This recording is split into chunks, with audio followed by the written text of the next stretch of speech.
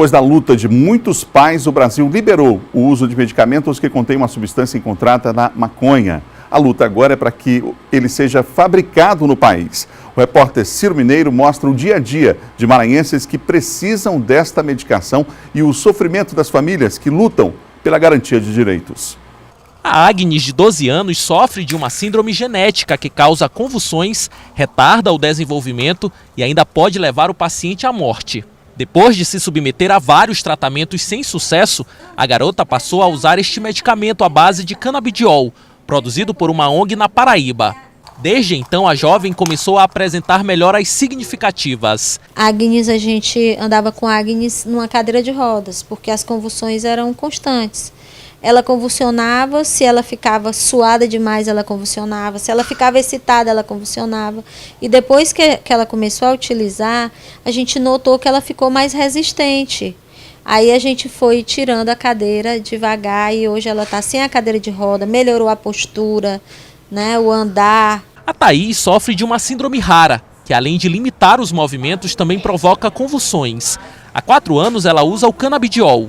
O medicamento tem ajudado muito na evolução da paciente. O problema é que ele é importado e o custo mensal varia entre R$ 1.500 e R$ 5.000. Tem algumas crianças que precisam utilizar a medicação importada, mesmo porque no Brasil nós não temos ainda, né? Mas existe uma ONG no Brasil, na Paraíba, chamada Abraça Esperança, que tem socorrido muitas crianças, né? Porque o custo é bem mais baixo, mas nós temos um grande problema que é o médico para prescrever ainda.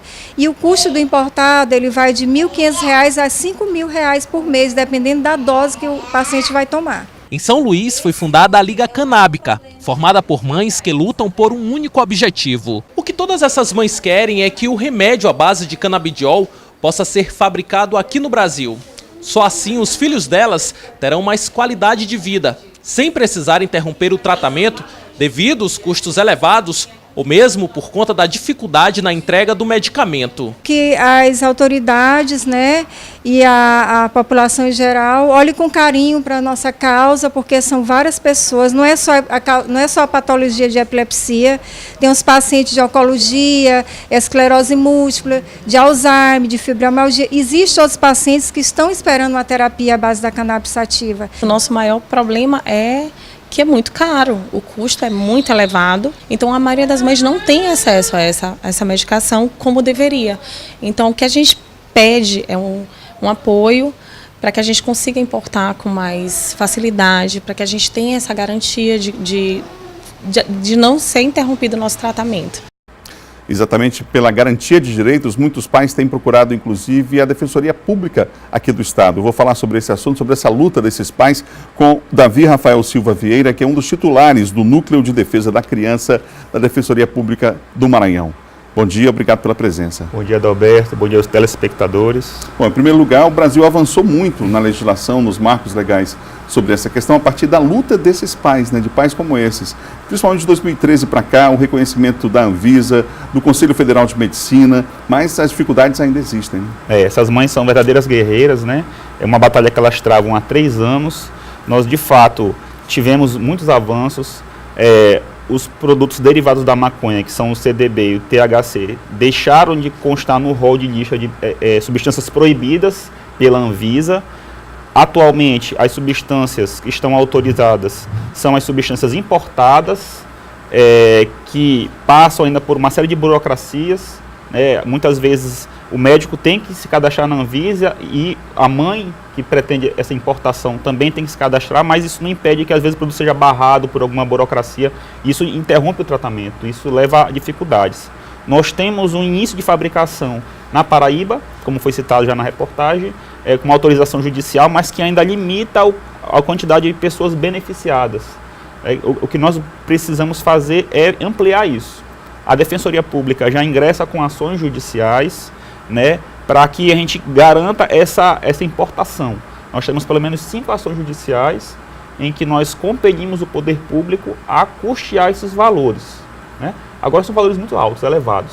E o resultado dessas ações para essas famílias até agora? Em regra, o Judiciário tem se mostrado sensível à questão e tem concedido os pleitos que a Defensoria formula, né? As medicações são importadas a um custo médio de R$20 mil anual.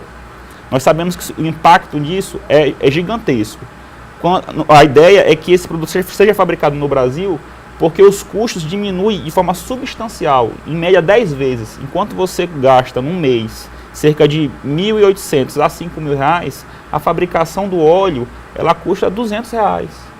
Então, o barateamento da produção garante o maior acesso à população e viabiliza uma política pública mais acentuada em benefício dessas crianças especiais. Ou seja, muitas das vezes esse direito a essas crianças está sendo negado no país por conta desses aspectos que o senhor aborda, entre eles a própria burocracia e o fato de não ser fabricado aqui, não é? Existe aí também uma barreira burocrática, mas também de ideológica, com a questão da droga. Ainda existe muito preconceito com relação à maconha, né?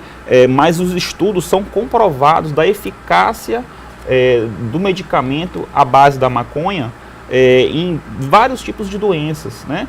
Tanto para, por exemplo, epilepsias de difícil controle, Alzheimer, né? Então, a eficácia é comprovada. Agora ainda existe uma resistência, muitas vezes também por conta do preconceito que as pessoas têm com a maconha, né? O que nós temos que deixar claro é que a luta dessas mães é pela implementação de uma política pública de acesso à saúde e do uso medicamentoso da maconha.